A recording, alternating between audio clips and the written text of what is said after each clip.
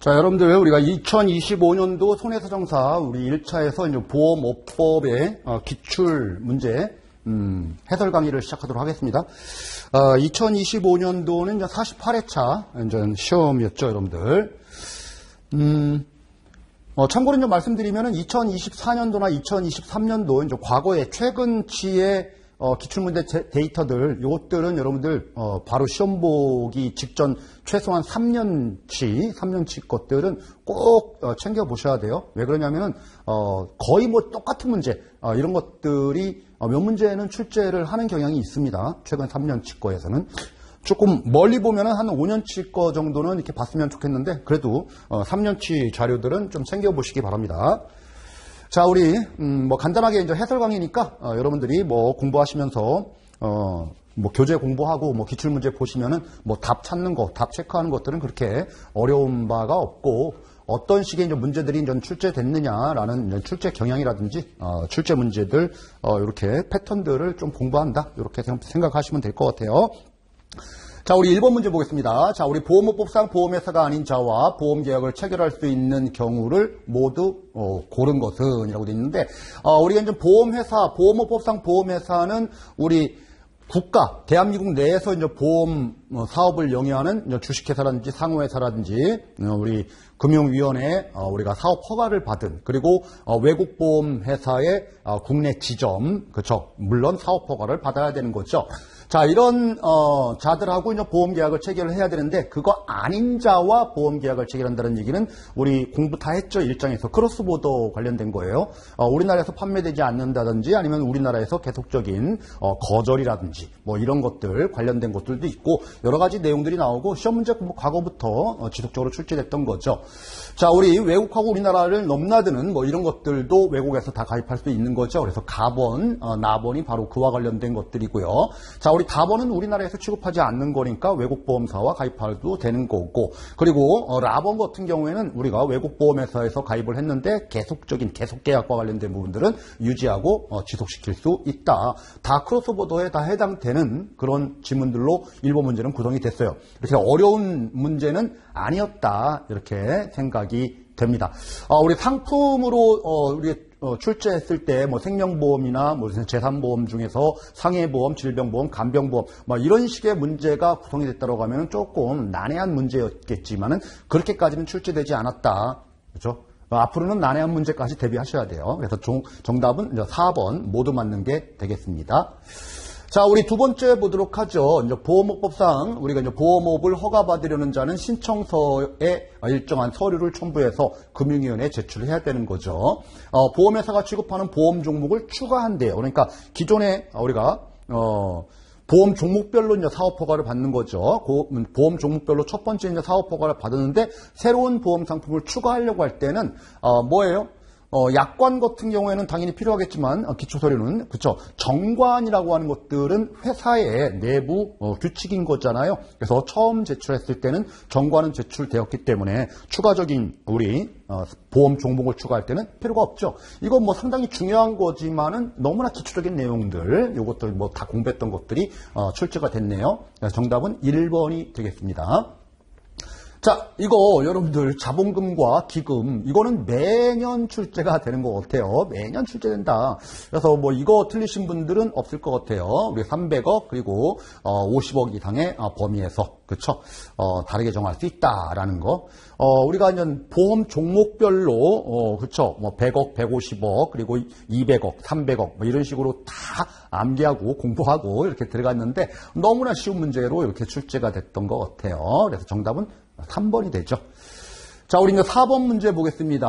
보험업법상 보험업의 겸용 제한에 대한 설명으로 옳지 않은 것을 골라라. 우리가 겸용 제한과 관련돼서 뭐 너무나 쉬운 문제죠. 재산보험 겸용 다 가능한 거죠. 생명보험하고 손해보험 상호간에는 그 성격이 이질적이기 때문에 생명보험과 손해보험은 겸용이 안 돼요. 그러나 보험 종목의 모든 전 종목을 다 우리가 사업 허가를 받았다라고 하면은 우리가 겸용할 수가 있는 거죠. 자, 그러면 여러분들 우리가 3번 3번하고 4번 지문 관련된 부분 보니까, 자, 우리 3번 지문 뭐예요? 손해보험업을 경영하는 보험에서는 생명보험의 재보험을 경영할 수 있다. 맞죠? 재보험이니까. 자, 우리 4번 보니까 생명보험을 경영하는 보험에서는 자동차 보험을 경영할 수 있다라고 되어 있는데, 이 자동차 보험은 재보험이 아니잖아요? 그럼 뭐예요, 이건? 생명보험과 손해보험이 겸용되는 그런 형태를 4번 지문으로 놓은 거죠. 이건 말도 안 되는 거죠. 이런 문제, 우리가 뭐 4번 문제까지도 너무나 쉬운 문제들로 이렇게, 출제가 됐네요. 그래서 정답은 4번이 되겠습니다. 자, 다음 우리 5번과 관련된 부분이 좀 이슈가 됐던 문제예요. 그쵸? 그쵸. 우리 이제, 뭐예요? 금융위원회에 7일 이내에 7일 전까지 여러분들 7일 전까지 금융위원회에 신고하는 업무. 그래서 보험회사가 보험 사업을 할 때는 처음에 이제 사업 허가를 받죠. 그런데 겸용과 관련된 부분들도 보험 쪽에서는 겸용할 수 있고 다른 여타의 그렇죠. 금융업과 관련된 이런 일들도 우리가 겸용할 수가 있죠. 그리고 부수 업무까지 다 할 수가 있어요. 자, 이런 것들을 우리가 신고를 7일 이전까지 신고하는데 이제 법조문을 보게 되면은 1호 또는 3호에 대해서 우리가 7일 이전에 신고를 해야 된다 이렇게 돼 있고 2호와 관련된 부분들은 요 법조문 자체에 규정하고 있지가 않아요, 여러분들. 그래서 여러분들 가나 다가 1, 2, 3호라고 이렇게 보시게 되면 된다라는 거죠. 그래서 1호와 관련된 부분들은 이제 여타 이제 금융과 관련된 업들 관련된 것들 법률에서 정한 거니까 당연히 겸용이 다 가능하기 때문에 7일 전까지 우리가 신고하면 되는 거예요, 여러분들. 그리고 다번과 관련된 부분들과 관련돼서는 뭐예요? 기타 뭐 부수 업무와 관련된 부분들 뭐 하는 거죠. 근데 나번과 관련된 부분들은 우리가 대통령령으로 정하는 우리가 금융업 대표적으로 있는 금융투자와 관련된 투자 매매, 투자 중개, 뭐 신탁업, 뭐 투자 일임, 자문업 뭐 이와 관련된 내용들이 주로 나와 있는데 자 그런 것들은 여러분들 인가 또는 허가 그죠? 등록 이렇게 받게 되면 그런 업무들은 당연히 하는 거예요. 자, 요 2호와 관련된 부분들은 우리 금융위원회에 신고하지 않아도 된다라고 보시면 돼요. 왜 그럴까? 좀 약간 디테일한 문제입니다. 왜 그럴까라는 거죠. 자, 우리 인가라든지 허가라든지 저 등록을 누구한테 하느냐라는 거예요. 누구한테? 금융위원회에 우리가 금융위원회가 인가, 허가 등록을 해준다라는 거예요. 그러니까 A라는 보험회사가 이런 업무를 금융위원회에 벌써 인가를 다 받았어요. 그런데 이런 업무를 한다라고 해가지고 다시 금융위원회에 7일 전에 신고를 한다? 그럴 의미가 있을까요, 여러분들? 의미가 없죠. 금융위원회가 벌써 허락을 좀 해준 상태이기 때문에, 그죠? 이중으로 우리가 다시 문의를 할 필요는 굳이 없다라고 보시면 되겠죠. 그래서 이거는 법조문을 좀 디테일하게 여러분들 좀 보신 분들이라고 하면은 맞췄지만은 대부분 분들이라고 하면은 아마 3번을 정답으로 마킹을 하신 분들이 좀 많을 거다라는 거예요. 저래도 한 3번으로 했을 것 같아요. 그래도 정답은 4번이 정답이 되는데 상당히 조금 약간 좀 뭐랄까요? 주 메인을 다루는 그런 류의 문제 스타일은 아니죠.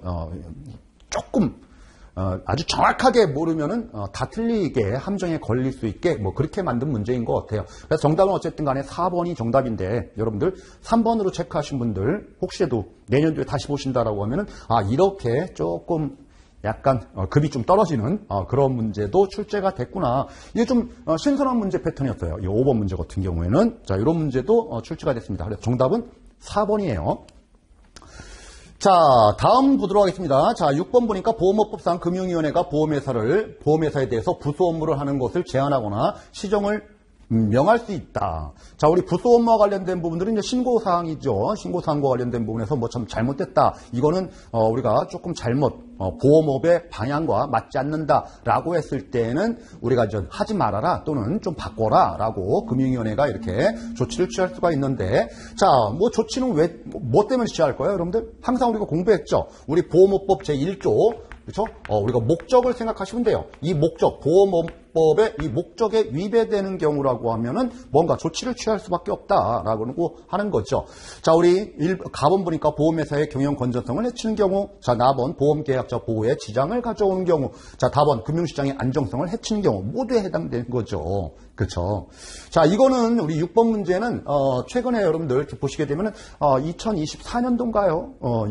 24년도로 기억하는데 1년 전에 나왔던 문제 똑같이 이렇게 나왔다 이렇게 보셔도 무방한 그런 문제였습니다. 그래서 6번도 정답이 4번이 되겠습니다. 자, 우리 7번 보죠. 우리 이제 보험업법에서 시험 문제 나올 때 여러분들 숫자 가지고 이제 시험 문제 출제하는 경우가 많아요. 40문제 중에 이 숫자 때문에 정답이 되는 게 뭐 2문제 내지 3문제 정도씩은 매 회차 등장을 하는 것 같아요. 이 숫자와 관련된 부분들은 특히나 여러분들 우리가 금액이라든지 아니면은 퍼센테이지라든지 아니면은 뭐 일수와 관련된 부분, 일수란 얘기는 월, 년 뭐 이거 포함된 개념이에요. 자, 이런 것들 관련돼서 특히나 일수와 관련된 부분들의 문제가 한두 문제는 꼭 나오더라라고 보시면 되겠습니다. 그래서 이제 옳지 않은 것 고르시오라는 건데 뭐 2번이죠. 외국 보험회사의 국내 사무소를 설치하는 경우에는 그 설치한 날로부터 60일 이내가 아니라 30일 이내에 금융위원회에 신고하도록 되어 있죠. 그리고 나가라라고 하면은 그건 6개월이죠. 들어올 때는 30일 이렇게 정리했던 바예요. 나머지 지문은 뭐 너무나 쉬운 문제였던 것 같아요. 그래서 7번의 정답은 2번이 되겠습니다. 2번. 60일이 좀 잘못된 거죠. 자, 우리 8번 문제 보도록 하겠습니다. 자, 우리 보험업법상 보험회사인 주식회사입니다. 주식회사에 대한 설명으로 이제 옳지 않은 것을 골라라 라고 되어 있습니다. 자, 우리 1번 보니까 자본감소를 우리가 결의예요, 여러분들. 그쵸? 결의. 우리가 이제 주총에서 자본감소를 이제 결의하죠. 그래서 결의한 날로부터 2주 이내에 결의의 유지 및 우리가 공고를 한다. 그렇죠? 항상 첫 번째 우리가 공고와 관련돼서는 2주. 자, 다음으로 2번 보니까 여러분들 자본 감소를 결의할 때 대통령령으로 정하는 자본 감소를 하려면은 이 대통령령으로 정하는 자본 감소라고 하는 것들은 형식적인 감자가 아니라 실질적인 감자를 의미하죠. 자, 미리 금융위원회 승인을 받아야 된다. 승인 사항이죠. 자, 우리 3번 보니까 주식회사는 그 조직을 변경하여 상호회사로 할 수 있다. 그쵸? 주식회사가 조직 변경해서 상호회사가 되면은, 그쵸? 우리 계약자의 지위가 이제 앞으로 이제 사원의 지위가 되는 거잖아요. 근데 이제 중간 과정에서는 약간 계약자도 아닌, 사원도 아닌 애매한 포지션에 취한다. 그 중간에 계약자 총회도 있다. 뭐 이런 것들 공부해서 재밌게 공부했던 부분이죠. 너무나 쉬운 문제가 나왔던 것 같아요. 자, 그래서 정답은 3번, 주주총회 결의가 있어야 되겠죠. 뭐, 복잡한 문제를 충분히 출제할 수 있었음에도 불구하고, 이렇게 평이한 문제, 출제했다. 보시면 되겠습니다. 자, 우리 9번 보겠습니다. 보험업법상 보험회사의 조직 변경에 관한 설명으로 옳지 않은 것을 골라봐라. 라고 되어 있습니다. 조직 변경이에요. 자, 우리 1번 보니까, 우리가 주식회사가 조직 변경을 결의한 경우에는 그 결의한 날로부터 2주 이내에, 우리가, 뭐예요? 그쵸. 결의의 요지와 공고를 하고, 그죠? 증권자, 뭐 이런 사람들한테 개별적으로 안내를 해줘야 되는 거고. 절차와 관련된 부분이 있죠. 자, 그리고 이제 조직 변경, 주식회사가 조직 변경 된 거니까, 우리가 주식회사가 우리가 이제 상호회사로 바뀌는 거잖아요. 상호회사. 그래서 이렇게 결의가 있고 상호회사에 이제 등기가 되기 전까지는 뭐예요? 이때 이제 우리가 신규 보험 가입을 할 수가 있느냐? 신규 가입이 가능하냐? 가입이 가능하다라고 우리가 공부했죠. 그런데 자, 처음에 우리가 주식회사라고 하면은 계약자의 지위지만은 우리가 이렇게 변경되는 절차가 되고 완료가 되면은 사원의 지위, 즉 주인의 지위로 바뀐다라는 사실을 알려줘서 고객이 승낙해야지만이 보험 계약을 체결할 수가 있는 거죠. 자, 이렇게 승낙을 받아가지고 이제 보험 가입한 보험 계약자는 조직 변경 절차를 진행하는 중에는 계약자예요, 아니면은 사원이에요. 그것도 이것도 아닌 애매한 포지셔닝에 있다. 계약자도 아닌 사원도 아닌 그런 아주 과도기적인 지위를 갖는다. 뭐 이런 부분이 좀 재미난 부분이었죠. 그래서 정답이 3번이 정답이 되겠네요. 그렇죠? 자, 4번 보니까 주식회사는 조직 변경을 결의할 때 보험계약자 총회를 가름하는 기관에 관한 사항을 정할 수 있다. 다 맞는 말들을 지금 하고 있네요. 자, 그래서 이제 9번에는 정답이 이제 3번이 됐죠. 자, 우리 10번 보겠습니다. 보험업법상 보험계약자 등의 우선 취득권과 예탁자산의 우선 변제권에 관한 설명으로 옳지 않은 것은. 자, 우리 항상 여러분들 계약자 등이 우리가 받을 보험금에 대해서는 우선적인 뭐 그런 혜택들을 주죠. 물론 사원에 해당되는 상호회사 같은 경우에는 약간 좀 다르죠. 계약자임과 동시에 주인이니까 주인의 지위는 항상 뒷전으로 밀리게 되어 있는 거죠. 그래서 옳지 않은 것을 골라라 라고 되어 있는데 1번 보험계약자나 보험금을 취득할 수 있는 피보험자를 위해서 적립한 금액, 즉 보험금액을 얘기하는 거예요. 다른 법률에 특별한 규정이 있는 경우에 도 불구하고 주식회사의 자산에서 우선 취득한다라고 되어 있는데 이런 부분들이 여러분들 법조문들을 아니면 교재 내용들을 꼼꼼하게 보셔야 돼요. 다른 법률에 특별한 이게 규정이에요. 규정이 없는 경우에는 이렇게 주식회사의 자산에서 우선 하여 취득한다. 즉 우리가 보험금과 관련된 부분에 대해서는 우선 취득권을 인정한다. 특별한 규정이 없다면 이런 거죠. 특별한 규정이 있다라고 하면은 좀 제한이 될 수가 있는 거예요. 그래서 단서 부분이 이렇게 잘못 표현돼 가지고 시험 문제 정답 지문으로 이렇게 나왔다. 이렇게 보시면 되겠습니다. 그래서 1번이 좀 잘못된 지문이다. 나머지 지문들 읽어보면은 여러분들 그렇게 어려운 내용이 아니죠. 그래서 이 문제도 좀 생소하다라고 느끼셨다라고 해도 우리 2번, 3번, 4번을 읽어보면서 이거 다 맞는 건데 라고 하면은 1번 지문이 조금 여기 그쵸? 불구하고 뭐 이런 표현들 좀 이상하다라고 해서 대부분의 분들이 맞추셨던 그런 문제가 될 거예요. 그래서 정답은 1번이 잘못됐다. 이렇게 보시면 되겠습니다. 자, 우리 다음 11번 문제를 보도록 하겠습니다.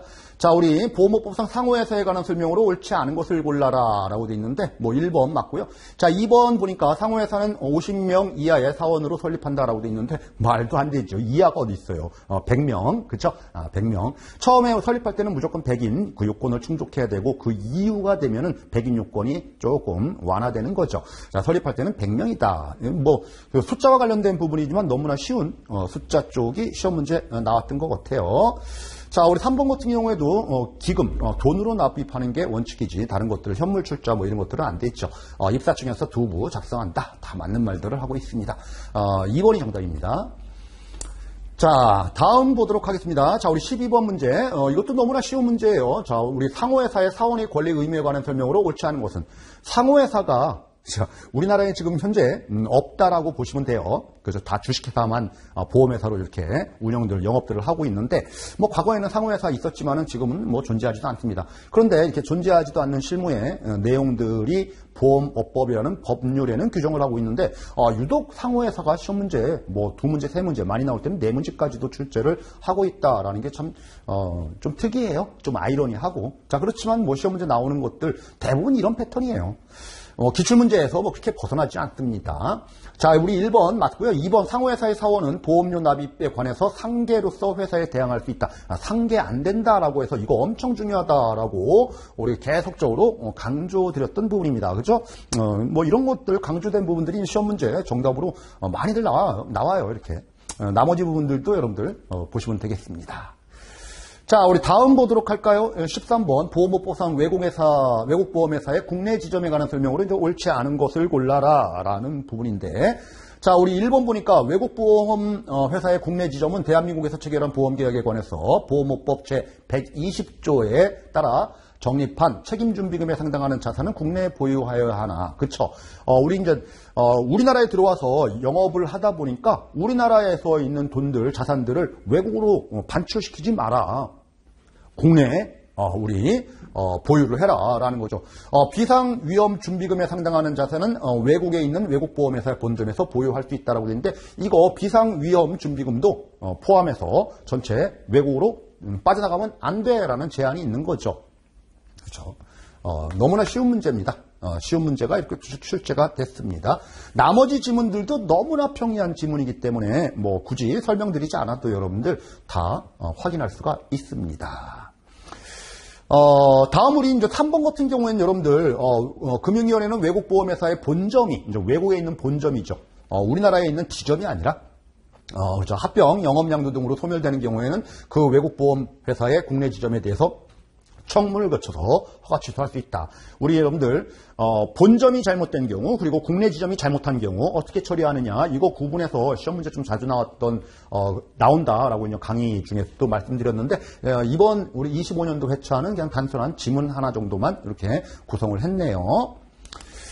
자, 우리 14번 문제를 볼까요, 여러분들? 자, 보험업법상 보험설계사의 등록 제한에 관한 설명으로 옳지 않은 것을 골라라 라고 되어 있는데 우리 설계사 뭐 임직원 등록 제한, 뭐 그죠, 설계사뿐만 아니라 대리점, 중개사 이런 것들에 대해서 여러분들 너무나 이건 안 나올 수가 없다, 무조건 나온다. 근데 공부를 할 때는 뭐를 중심으로 공부를 할 수밖에 없어요? 설계사를 중심으로 공부할 수밖에 없죠. 설계사에 추가되는 게 대리점, 또 추가되는 게 중개사. 자, 이런 거니까 설계사와 관련된 아주 기초적인 문제라고 보시면 돼요. 자, 만약에 14번 문제를 틀렸다라고 하시면은 이거는 여러분들 공부 안 하고 시험장에 들어가신 그런 거예요. 특히 제4장 모집과 관련된 부분에 대해서는 엄청나게 중요한 것들이 뭐 많고, 제4장 모집과 관련된 부분에 대해서는 기본적으로 10문제 이상이 4장에서 출제된다. 그렇게 많이 다루는 파트가 되는 거죠.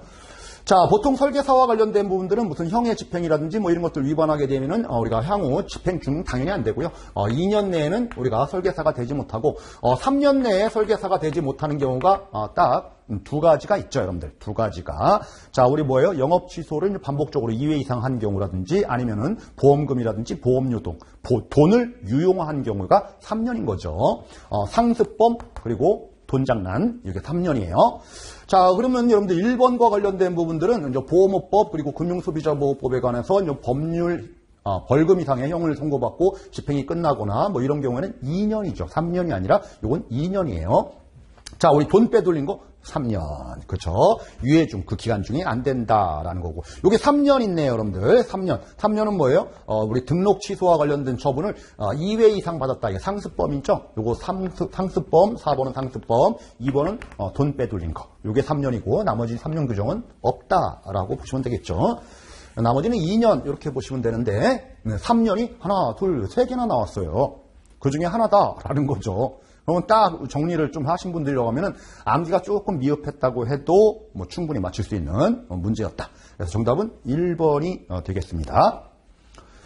자, 우리 15번 보험업법상 이제 보험회사의 고객응대 직원, 우리 이제 콜센터 직원분들 뭐 이렇게 얘기하는 거죠. 이거는 여러분들 2023년도, 22년도, 24년도, 25년도 계속 나오네요. 뭐 이렇게 한 번 정도 이렇게 걸릴 때가 됐는데도 불구하고 계속 나옵니다. 그렇죠? 옳지 않은 것을 골라라라고 돼 있는데, 뭐 나머지 부분들은 뭐 다 그렇죠? 맞는 말들 지금 하고 있는 거고, 반의사 불벌죄와 관련돼서 여러분들 그 직원이 요청하는 경우에 우리가 고발을 하여야 한다. 이게 바로 이제 반의사 불벌죄와 관련된 부분으로 중요한 내용이었죠. 기존의 출제 문제였다라고 하면은 요 3번을 좀 틀리게 해가지고 시험 문제 정답으로 계속적으로 나왔던 기출 문제를 보시면 확인하실 수가 있을 거예요. 그런데 요번 회차의 문제는 조금 방향을 좀 턴했어요. 살짝 바꿨어요. 그래서 정답은 이제 2번이 되는데, 자, 우리 2번 보니까 보험회사는 근로자 참여 및 협력 증진에 관한 법률에 따라서 전담 고충처리위원을 선임 또는 위촉하는 경우에는, 그러니까 그러니까 그 전담 처리해줄 고충 처리 그 위원이 있다란 얘기예요. 그렇죠? 있는 경우에는, 그렇죠? 있는 경우에도 고객을 직접 응대하는 직원을 위한 상시 고충 처리 기구를 마련하여야 한다라고 그랬는데 있잖아요. 근데 뭐 또 마련해. 그렇죠? 이중 일을 하는 거죠. 그럴 필요 없다. 그래서 이런 것들, 그렇죠? 전담으로 하는 우리가 고충 처리 위원을 선임 또는 위촉한 경우를 제외하고는 없다라고 하면은 내부적인 고충 처리 기구를 마련해야 한다. 이렇게 정하면 되겠죠. 그래서 2번 지문 여러분들 이거 뭐 내가 공부를 안 했다라고 해도 이거 2번 지문 읽어보면서 이거는 이상한데 이런 느낌은 당연히 받으셔야 되는 거예요. 그렇죠. 항상 문제 풀 때 내가 공부한 범위를 조금 벗어났다. 아니면은 그 범위 내인데 내가 신경을 안 썼던 그런 파트가 지문으로 나왔다라고 하면은 여러분들 상식선에서 이렇게 해석해서 문제 풀 수 있는 그 정도는 좀 되셨으면 좋겠다. 너무 틀에 갇히지 마셔라 라는 부분을 좀 말씀을 드리는 겁니다. 그래서 틀만 안 갇히셨으면은 좀 여유 있게 푸셨으면은 2번 답 고르는 데는 크게 지장이 없었다. 이렇게 보시면 되겠습니다. 자, 우리 지금 16번 문제 보도록 하겠습니다. 16번 문제. 자, 우리 보험 안내 자료에 대한 설명으로 옳지 않은 것은 이거 기초적인 문제죠, 여러분들. 그렇죠? 자, 우리 1번 보니까 자산부채에 관한 사항 관련돼서는 금융위원회가 제출한 서류에 적힌 사항과 다른 내용은 적지 못하도록 금지사항이 되어 있죠. 자, 2번 보니까 여러분들 뭐예요? 장래 이익 배당이라든지 우리 분배금, 그렇죠? 이런 거에 대한 것들은 적을 수가 없죠. 예상과 관련된 부분들은 적을 수 없다. 금지. 그렇죠? 장래 이익 배당과 관련된 예상 금액의 기재 금지가 원칙입니다. 물론 여러분들 예외적으로 인정되는 경우도 있죠. 그죠? 우리 배당금을 지급하기로 하는 유배당 연금보험에 한해서는 직전 5개년도의 과거 실적을 토대로 한 우리가 그 기초로 해가지고 장래에 예상되는 연금액을 기재할 수도 있습니다. 물론 예외는 있어요. 그렇지만 원칙적인 내용이 지문으로 출제가 됐죠. 그래서 2번이 잘못됐다. 할 수가 없다라는 거예요. 쉽게 해라라는 거고요. 명백하고 알기 쉽게 적어야 된다. 너무 쉽지 않습니까? 그렇죠? 자, 우리 17번 문제 보겠습니다. 자, 우리 빈칸 채우기 문제죠. 자, 다음 보험업법상 승환계약 금지 행위에 관한 설명이다. 괄호 안에 들어갈 숫자와 관련된 부분들로 우리 바르게 나열한 것은 고르시오라고 되어 있죠. 자, 우리 가나 이렇게 되어 있는데 여러분들 이거 뭐 공부한 거 기억나나요? 1크 6B라고 되어 있습니다. 1개월 이내, 1개월 상간에 그쵸? 기존 보험계약을 소멸하고 새로운 보험계약을 체결했다라고 했을 때는 OK라고 했습니다. 고객의 동의, 명백한 고객의 본인의 의사가 있는 경우가 아니면은 잘못된 거다라는 거죠. 부당한 보험계약의 전환이 되기 때문에 기존 보험계약을 부활시킬 수 있고 새롭게 체결한 보험계약을 취소 처리할 수 있다라는 거예요. 6개월 이내에. 자, 6B는 뭐예요? 6개월 이내에 이런 일들을 벌였다라고 하면은 뭐예요? 중요한 내용에 대해서는 반드시 설명을 해야 되는데 이 설명을 하지 않았을 경우에는 부당한 보험계약 전환, 승환계약에 해당되기 때문에 기존 보험계약을 6개월 이내에 부활할 수 있다. 이런 것들이죠. 그래서 빈칸 채우기 문제와 관련된 부분이에요. 1크 6B만 알면은 여러분들 1개월, 그죠? 6개월. 이런 것들이죠. 자, 우리 답은 보니까 6개월 이내에 우리 청구할 수 있다. 11666. 너무나 쉬운 문제죠. 너무나 쉬운 문제가 이렇게 출제가 됐네요. 자, 그래서 요거의 정답은 바로 2번이 되겠습니다. 2번이 된다. 자, 우리는 18번 문제를 보도록 하겠습니다. 자, 우리 다음 보험업법상 특별이익 제공 금지 예외에 관한 설명이다라고 되어 있습니다. 특별히 여러분도 공부 많이 하셨죠? 특별이익과 관련된 부분들. 괄호 안에 들어갈 숫자로 옳은 것을 골라라라는 거죠.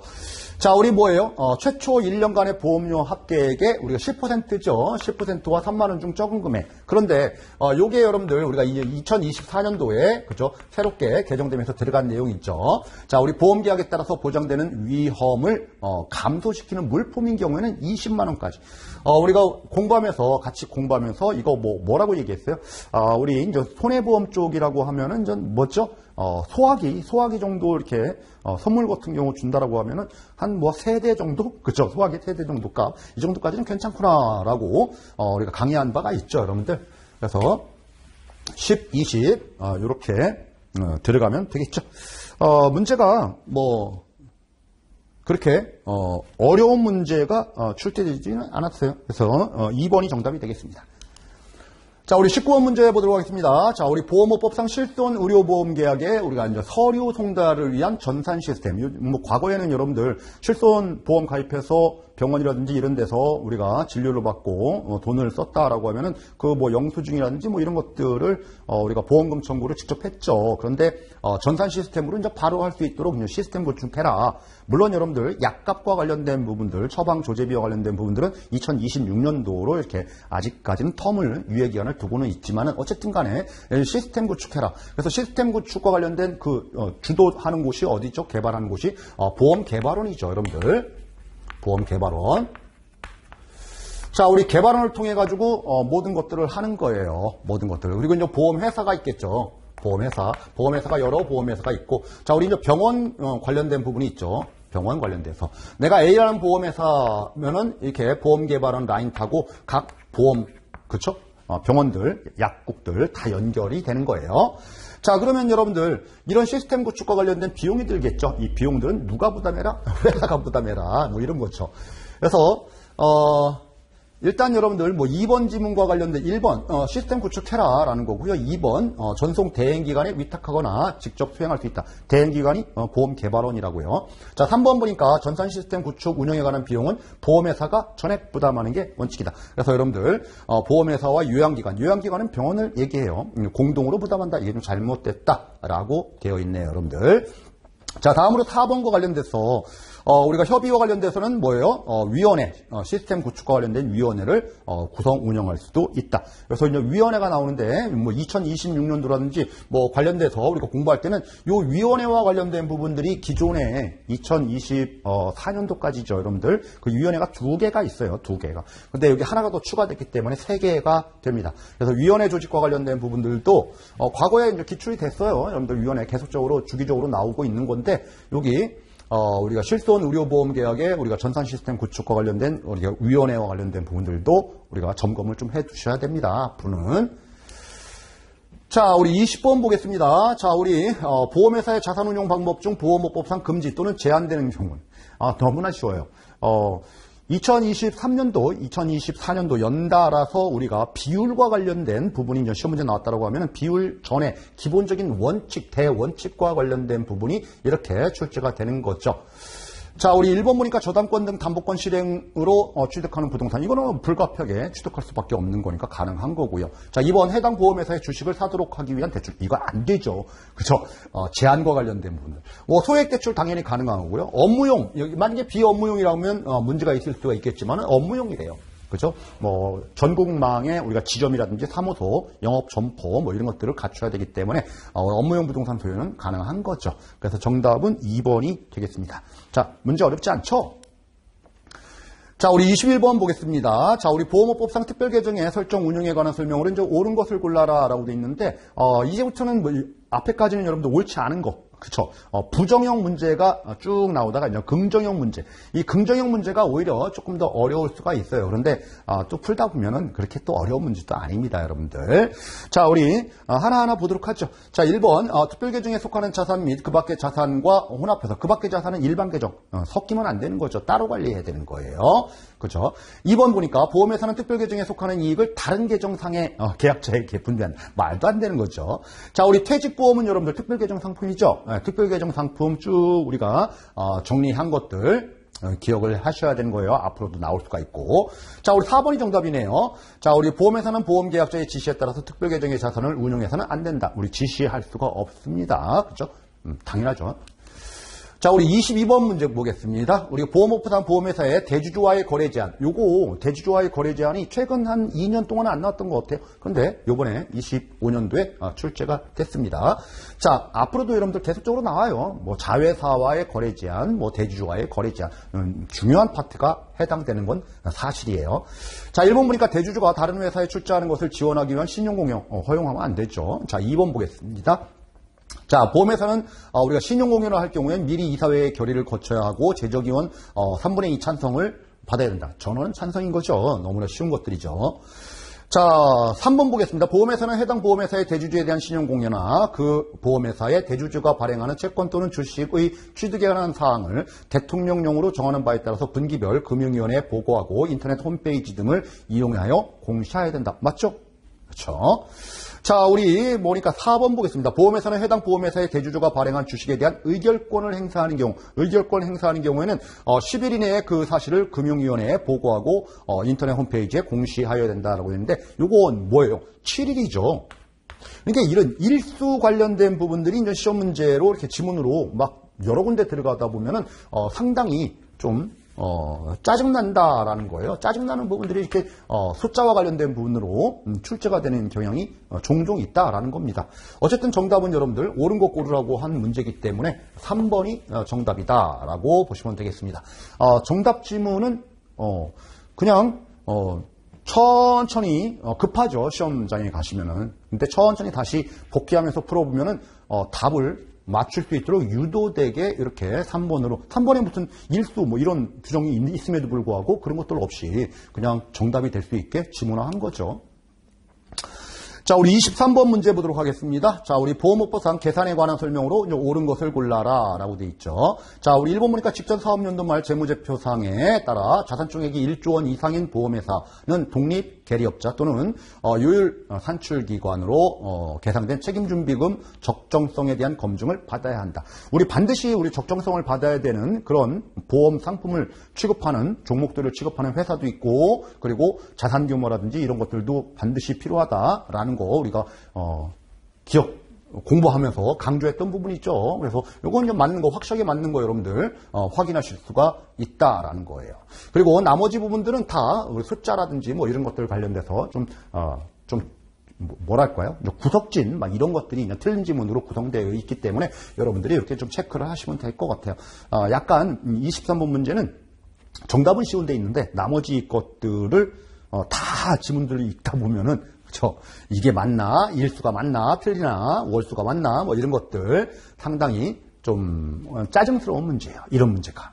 그래서 정답은 1번 나머지 지문들 앞으로도 공부할 때 항상 여러분들 숫자와 관련된 부분들은 처음부터 외울 수가 없어요. 그래서 하나하나 체크하셔가지고 마지막 정리할 때는 일정 부분 암기는 좀 하시면서 시험장에 들어가셔야 된다는 것을 확인하실 수가 있겠죠. 자, 다음 우리 24번 문제 보겠습니다. 자, 우리 보험업법상 보험회사의 자산운용 제한에 적용 예외사항에 해당하지 않는 것을 골라라 라고 돼 있죠. 자, 우리 보험회사의 자산운용을 할 때 제한, 이거 하지 말아라 라는 거죠. 근데 예외사항, 이거는 할 수 있다.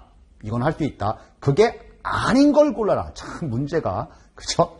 자, 1번 보험회사의 경영 능력 혁신으로 자산 상태가 변동되는 경우라고 돼 있는데 이거는 여러분들 그 예외사항에 거기는 규정되어 있지 않아요. 이거는 단순하게 단순 암기 형태의 이제 문제다 이렇게 보시면 되겠습니다.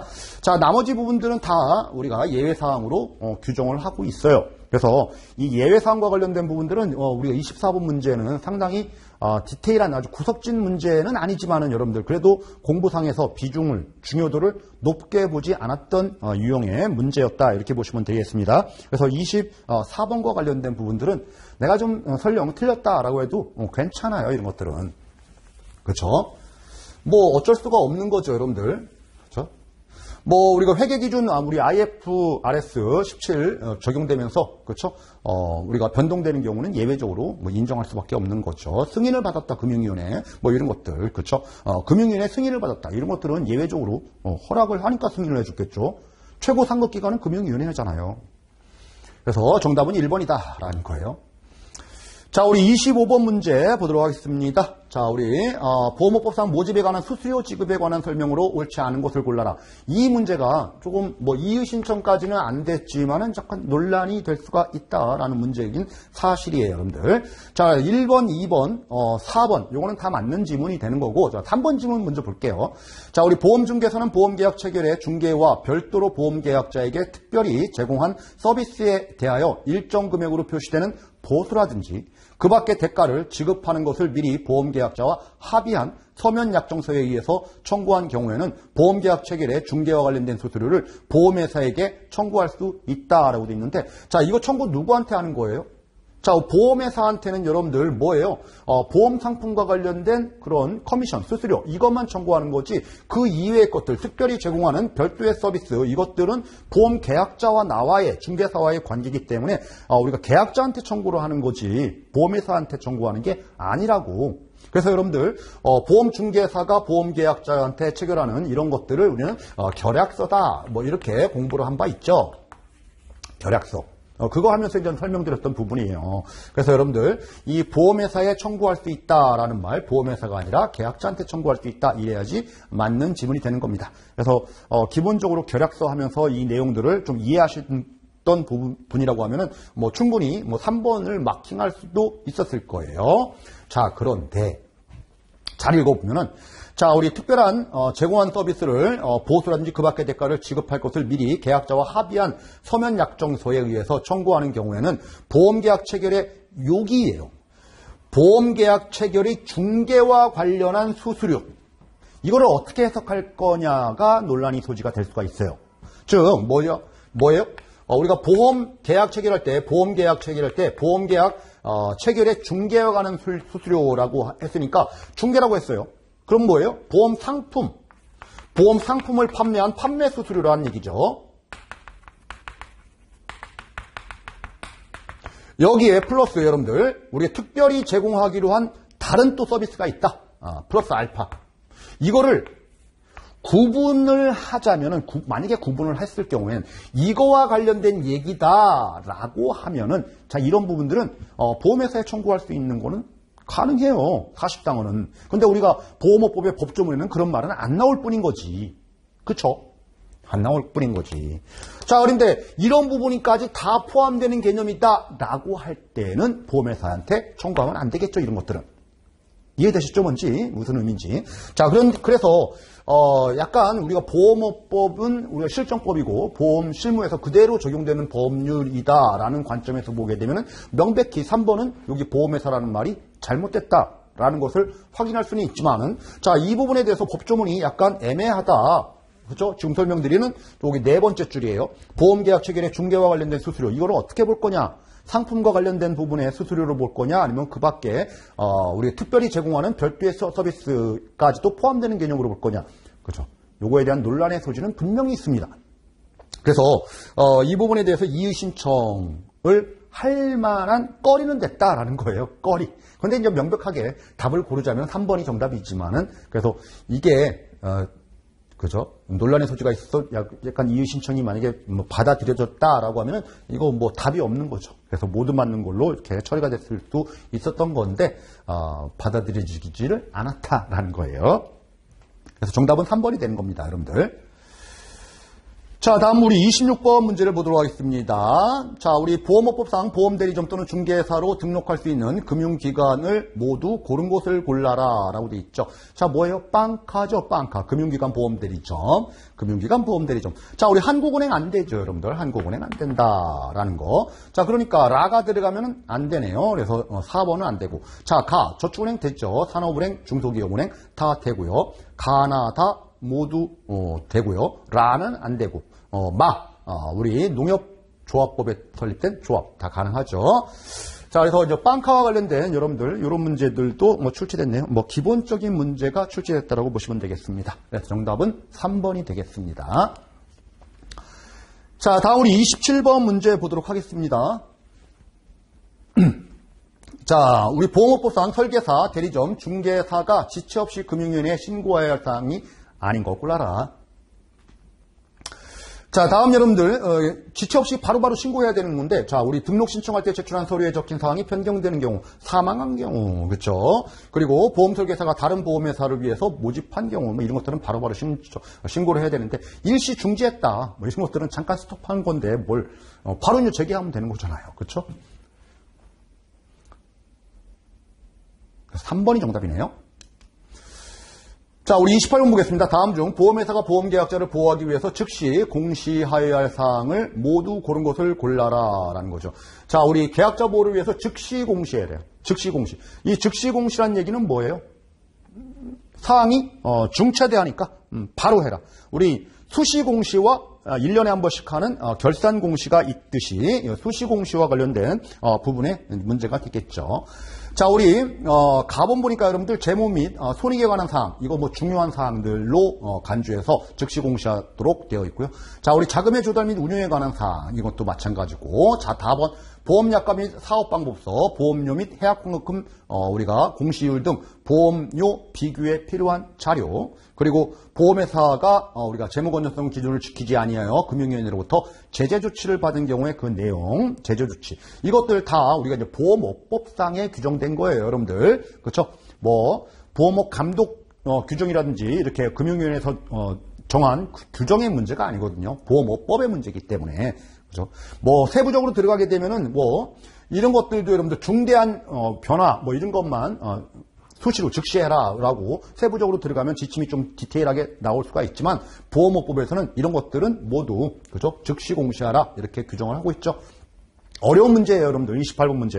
그래서 28번 문제는 좀 어려운 디테일한 문제다. 그래서 4번은 정답이지만은 어려웠다 이렇게 보시면 되겠습니다. 자, 그런데 이런 문제들을 가만히 보면은 여러분들 라번이 당연하게 제재 조치 이거는 당연히 들어가야 되는 거 아니냐 이거 판단됐다라고 하면은 라번이 있는 3번 아니면 4번이 정답일 것이다. 자, 이렇게 좀 보시고 나머지 가나다를 보니까 다 대동소이한 내용들로 이렇게 다 구성되어 있는 것들인 거죠. 그래서 여러분들 고민하셨던 분이라고 하면은 이 3번을 좀 찍으신 분들이 좀 의외로 많았을 거라고 예측은 됩니다. 그런데 정답은 4번이에요. 이런 문제가 어려워요, 여러분들. 자, 우리 29번 문제 보도록 하겠습니다. 자, 우리 비교 공시에 관한 설명으로 이제 옳지 않은 것을 고르시오라고 되어 있습니다. 자, 우리 알기 쉽게 비교 공시한다라고 되어 있고요. 자, 우리 이제 상품 공시위원회를 구성해야 되는 거죠, 여러분들. 3번 보니까 여러분들 비교 공시 관련돼서 심의 의결한다 맞고요. 자, 우리 4번 보니까 상품 우리가 공시위원회는 비교 공시가 거시시거나 사실과 달라 보험계약자 등을 보호할 필요가 있다고 인정되는 경우에는 공시의 중단이나 시정 조치 등을 요구할 수 있다라고 되어 있는데 이런 것도 없죠, 여러분들. 그렇죠? 그래서 이 부분의 29번 문제도 여러분들 어려운 문제처럼 보이지만 이것도 우리가 비교 공시와 관련된 부분을 조금만 공부했다라고 하면은 그렇죠? 좀 파악이 좀 될 수 있었는데, 자, 이 부분에서 비교 공시는 우리가 항상 공부할 때 가장 중요한 게 뭐라고 했죠? 하여야 한다라는 부분을 좀 강조했죠, 여러분들. 그리고 비교 공시할 수 있는 곳들은 보험협회가 비교 공시한다. 그리고 그 이외의 기관도 우리가 공정성, 신뢰성을 확보한다라고 하면 비교 공시할 수도 있다. 비교 공시해야 되니까 보험회사는 정보들을 제공하여야 한다. 뭐 이렇게 머스트 규정으로 이제 중요한 테마들을 좀 잡았는데 그런 부분에서 약간 좀 틀을 조금 결을 달리한 그런 유형의 문제라고 보시면 되겠습니다. 그래서 2025년도 문제는 중요한 우리가 골격의 문제도 많이 나왔지만 사이드로 살짝 벗어나는 그런 형태의 문제들도 다소 출제됐다 보니까 출제 난이도가 조금 디테일하고 좀 어려웠다 뭐 이런 느낌을 좀 받을 수가 있었을 거예요. 자, 우리 30번 문제 보도록 할게요. 자, 보험업법상 상호협정에 관한 설명으로 옳지 않은 것은 상호협정과 관련된 부분들 너무나 쉬운 내용인 거죠, 여러분들. 이 상호협정과 관련된 부분들은 쉽게 말해서 담합이에요. 담합, 보험회사들끼리. 담합과 관련된 부분들은 공정거래위원회가 개입될 수 있는데 우리가 소소한 사항, 그렇죠? 소소한 이런 부분들은 우리 공정거래위원회의 개입이 필요가 없죠. 자, 우리 3번이 좀 잘못됐죠, 여러분들. 자, 우리 금융위원회는 상호 협정의 체결 변경 또는 폐지에 인가를 하거나 협정에 따를 것을 명할 경우에는 금융위원회가 명한대요. 그럴 경우에는 여러분들 미리 공정거래위원회와 협의할 수 있다라고 되어 있는데 하여야 하는 거예요, 이거는. 그렇죠? 그리고 소소한 것들은 생략한다, 가름한다 이렇게 되어 있는 거죠. 그래서 이런 것들은 여러분들 뭐 할 수 있다, 하여야 한다 뭐 이런 것들도 그렇고요. 그리고 공정거래위원회가 개입되느냐, 개입하지 않아도 되느냐 뭐 이런 것들 중심으로 향후에도 계속적으로 나올 걸로 예측이 됩니다. 자, 너무나 좀 보면서 좀 웃음이 나왔던 그런 문제예요. 자, 우리 정관 변경과 관련된 부분들은 7일이죠. 금융위원회에 알려야 된다. 변경한 날로부터 7일이네. 뭐 과거에도 출제된 적은 있습니다. 이것. 그렇죠? 과거에는 우리가 보험업법이 요 법조문이 좀 바뀌었어요. 중간에 오면서. 그래서 우리가 변경한 날로부터 7일 이내 이렇게 변경한 날로부터 7일 이런 것들을 빈칸에서 통으로 빈칸을 좀 채워가지고 과거에는 시험 문제가 이렇게 출제가 됐는데 단순하죠. 7일 이거로 그냥 단순하게 묻는 문제가 출제됐다. 그러니까 이 숫자 일수와 관련된 부분에 이제 숫자 형태가 보니까 여러분들 다수 들어가 있죠. 문제상으로.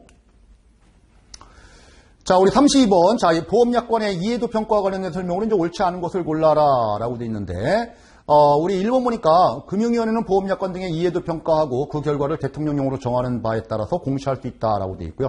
자, 2번 금융위원회는 보험약관 등의 이해도 평가를 위해서 이제 대행기관, 평가 대행기관을 지정할 수가 있죠. 지정하여야 한다라는 이 강행 규정이 잘못됐어요. 그래서 우리 시험 문제 매년 그래요, 여러분들. 뭐뭐 하여야 한다, must. 그리고 뭐뭐 할 수 있다, can. 이거가 상호 뒤바뀌어가지고 시험 문제로 출제하는 것들도 항상 매 회년 보니까 2문제 이상. 어떨 때는 여러분들 4문제, 5문제까지도 하여야 한다, 할 수 있다라고 말장난치는 문제가 다소 출제를 한다. 이게 패턴인 것 같아요. 그래서 이제 꼼꼼하게 좀 봐야 된다라고 하는 부분들은 줄거리는 당연히 아셔야 되는 거고, 그리고 꼼꼼하게 봐야 된다라는 것은 그 날짜, 며칠 뭐 이런 것들하고, 그리고 하여야 한다, 할 수 있다. 이런 부분들을 좀 앞으로도 여러분들 과거에도 그랬어요. 최근 출제 경향도 계속 그런 추세가 유지되는 거고, 특히나 2년 전에 2023년도는 이게 좀 많았어요. 그런 유형이. 그나마 2024년도는 좀 덜했죠. 2025년도는 그래도 양호한 편이에요, 여러분들. 그렇죠? 그래서 2번이 좀 잘못됐다라는 거 좀 보시면 되고요. 자, 우리 33번 문제 보도록 하겠습니다. 자, 우리 보험회사의 자산 상황이 불량하여 보험계약자 및 피보험자 등의 권익을 해칠 우려가 있는 인정되는 경우에는 금융위원회가 명할 수 있는 조치에 해당하지 않는 것을 골라라 라고 되어 있습니다. 자, 우리 자산 상황이 좀 불량하대요. 그렇죠? 자, 우리 뭐냐면 여러분들 자산 상황이 불량할 경우에는 여기 2번, 3번, 4번이에요. 금융위원회가 지정하는 기관에 자산을 예탁해라. 그리고 자산의 장부 가격을 좀 조정해서 바꿔라. 불건전한 자산에 대한 적립금을 보유하고 있어야 된다. 혹시 모르는 걸 대비해서. 자, 이런 조치, 즉 자산과 관련된 부분에 대한 조치를 취하는 거예요. 자산 상황이니까 이 자산과 관련된 조치를 우리가 명할 수 있는 거지 그 외의 것들을 명하는 게 아니에요. 그래서 여기 자산과 관련된 부분들, 요 자산과 관련된 부분들, 요 자산과 관련된 부분에 대해서 조치를 취하도록 명하는 거지 1번 보험금 전부 또는 일부의 지급 정지? 이거는 아니죠. 그렇죠? 맞는 것처럼 보여요. 맞는 것처럼 보여. 모두 해당되는 것처럼 보여요. 참 답 고르기 힘들죠, 여러분들. 이럴 때가. 그렇죠? 정답은 우리가 1번이다라는 거. 자, 다음 보겠습니다. 다음 중 괄호 안에 들어갈 기간이 다른 것을 골라라 라는 건데 딱 기간 문제가 계속 나오죠, 여러분들. 계속 나온다.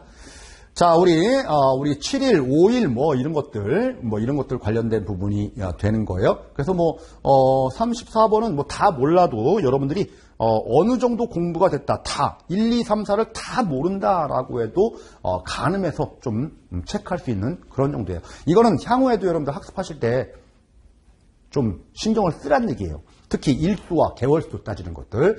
나머지는 다 똑같지만 3번이 좀 차이가 있다라는 거. 요거는 여러분들이 그러니까 기본서를 계속적으로 공부하면서 다 정리를 혼자 스스로 한번 해보시기 바랍니다. 이거는 저도 앞으로 할 때도 이런 부분에 대해서 중요한 것들에 대한 시험 보기 직전에 정리를 해드릴 건데 물론 과거에도 해드렸고 그렇죠? 2025년도에도 해드렸는데 지금 2025년도에 출제된 이런 문제 패턴을 보니까 조금 더 디테일한 부분까지도 정리를 좀 해야 될 것 같아요. 이거는 앞으로 이런 문제 틀렸다라고 해서 당락이 나는 1차 시험에 떨어졌다 이런 정도는 아닐 거예요. 그렇지만은 좀 앞으로는 좀 필요하다 싶습니다. 이런 게 좀 다수 있다 보니까 2025년도의 기출문제가 조금 지저분하다 약간 이런 평가도 없지 않아 있습니다. 자, 우리 35번 보도록 할까요? 너무나 좀 쉬운 문제죠. 자, 금융위원회가 공익 또는 건전한 보험질서의 확립을 위해서 필요한 경우에 일정한 자를 대상으로 조사할 수 있는데 이에 해당하는 자를 모두 골라라라는 거예요. 자, 우리 건전한 보험질서 확립을 위해서 이제 조사해야 될 우리 대상자, 그렇죠? 대상자들이에요. 보험회사, 계약자, 피보험자, 보험금을 취득할 자는 이제 수익자 개념인 거죠. 보험계약에 관해서 이해관계가 있는 자라고 되어 있습니다. 자, 우리 보험계약 관계자와 관련된 부분에 대한 조사예요. 모두 해당되죠. 자, 36번. 자, 보험업법상 손해보험 계약의 제3자 보호에 관한 설명으로 이제 옳지 않은 것 골라라. 유독 여러분들 25년도가 좀 디테일한 문제들, 좀 편협된 문제들, 이런 것들이 좀 많았다라고 해도 문제 자체가 이렇게 부정형 묻는 문제가 좀 많이 나왔어요. 긍정형 문제도 나왔지만 몇 문제 안 됐죠. 그러다 보니까 우리 점수가 한 80점에서 75점에서 80점 요 정도 선에 걸리신 분들이 상당히 많습니다, 여러분들. 그렇죠? 자, 우리 옳지 않은 것을 골라라 라고 되어 있는데 1번, 2번, 3번 쭉 나와 있는데 우리 이제 4번 볼까요? 손해보험회사는 예금자보호법 제2조 사유로 손해보험 계약의 제3자의 보험금 지급하지 못하게 된 경우에는 즉시 그 사실을 금융위원회에 보고해야 된다라고 되어 있는데 뭐예요? 그렇죠. 손해보험협회죠, 여러분들. 자, 다음 우리 보험료율 산출기관 우리가 그렇죠. 우리 관계기관들에서 우리가 보험개발원, 그죠? 그리고 계리사, 그리고 손해사정사, 이것들 쭉 다 나오는 것들이죠, 여러분들. 자, 우리 보험료율 산출기관의 업무에 해당하지 않는 것을 골라라 라고 되는데 이거는 예상됐죠. 그렇죠? 자, 우리 보험회사 등이 지켜야 될 규약의 제정과 개정. 이거 여러분들 유율 산출기관이 이거 하나요? 아니죠. 그렇죠? 아니죠. 자, 우리 유율 산출기관은 돈과 관련된 숫자와 관련된 부분만 하게 되어 있는 거죠. 그래서 기본적인 내용의 문제이기 때문에 다 맞췄을 거예요. 자, 38번 이제 계리사 쪽에서는 여러분들 항상 두 문제를 예측을 하는데 이제 일반적인 계리사와 관련된 내용들 그리고 선임 계리사, 쉬프, 그렇죠? 선임 계리사가 이제 시험 문제 나왔죠, 여러분들. 선임 계리사에 대한 설명으로 이제 옳지 않은 것을 골라라라고 되어 있습니다. 자, 우리 1번 보니까 선임 계리사는 반드시 이제 선임을 해야 되는 거고요. 자, 우리 2번 보니까 보험회사는 다른 회사의 선임 계리사를 해당 보험회사의 선임 계리사로 선임할 수 있다. 이게 말이나 되는 문제입니까, 여러분들? 그렇죠? 이거 당연히 안 되는 거죠. 이 문제 뭐 틀리신 분들은 없었을 것 같아요. 자, 나머지 부분들도 이렇게 읽어보시면 되겠습니다. 자, 우리 4번 같은 경우에는 선임 계리사는 보험 상품의 개발 업무, 기초 서류 등을 검증 및 확인하는 업무는 제외해서 수행하는 일을 직접 수행하는 직무를 담당해서는 아니 된다. 뭐 이런 말도 나와 있고요. 자, 우리 39번, 이제 손해사정사. 손해사정사가 여러분들 어렵게 나오면 한도 끝도 없이 어렵게 나올 수도 있어요. 그런데, 이번 회차 관련돼서는 뭐 쉽게 출제가 된 것 같아요. 자, 우리 손해사정사가 되려는 자는 어디서 실시하죠, 여러분들? 우리가 손해사정사라든지 계리사라든지 다 금감원 관할인 거죠. 금감원, 그렇죠? 그리고 실무소속은 6개월 등록해야 되는 거고요. 그렇죠? 그래서 금감원에서 실시하는 것으로 6개월의 실무소속을 마치는 어디에 등록하는 거죠? 등록은 여러분들 항상 위죠. 금융위원회. 그렇죠? 너무나 쉬운 문제죠. 자, 이제 마지막 문제입니다. 자, 우리 보험업법상 공제에 대한 협의 관한 설명으로 옳지 않은 것을 골라라. 자, 무슨 공제 이런 게 있죠. 뭐 새마을 금고 공제 뭐 이런 것들, 공무원 공제. 이것도 여러분들 우리가 지금 실무에서는 이제 보험회사랑 보험이랑 대동소이하게 이렇게 보고 있지만은 어쨌든 뭐 이런 거죠.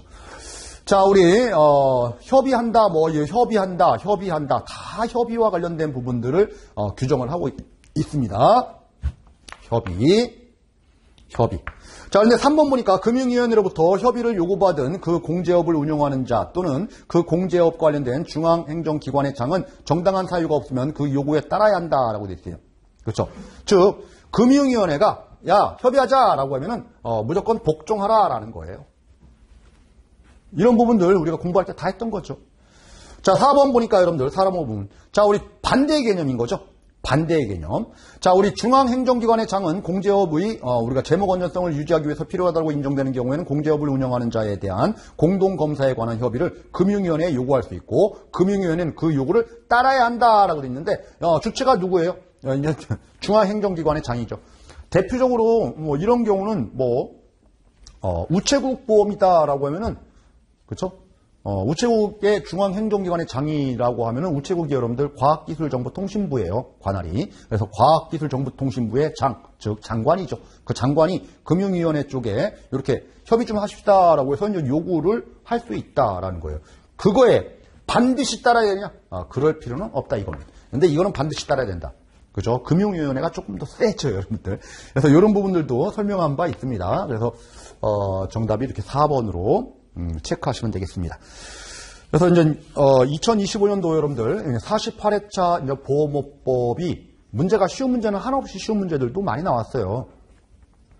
그래서 이런 유형의 좀 디테일한 부분의 이제 문제들도 약간 좀 편협되고 좀 지저분한 스타일의 문제들도 출제됐다라는 그런 거에 2025년도에 우리가 보험업법의 출제 방향을 조금 약간 평년의 과거의 출제 패턴보다는 약간 사이드로 좀 많이 좀 샜다. 그래서 보통 우리가 공부하는 패턴들로 보면은 80점에서 90점 요 사이를 노렸지만은 사이드로 샜 문제들이 많다 보니까 70에서 우리가 80점대 메인 위주로 공부하신 분들, 자, 요 정도의 점수대가 예측이 된 거였죠, 많이. 그런데 조금씩 우리가 좀 원활하게 여러분들 좀 뭐라고 할까요? 이 법조문에 얽매이지 않고 좀 여유 있게 푸신 분들이라고 하면은 다 80점 이상 다 이렇게 고득점들도 많이들 나왔습니다. 이제 보험업법이. 그래서 앞으로 보험업법 공부할 때는 조금 디테일한 부분은 조금 신경을 써서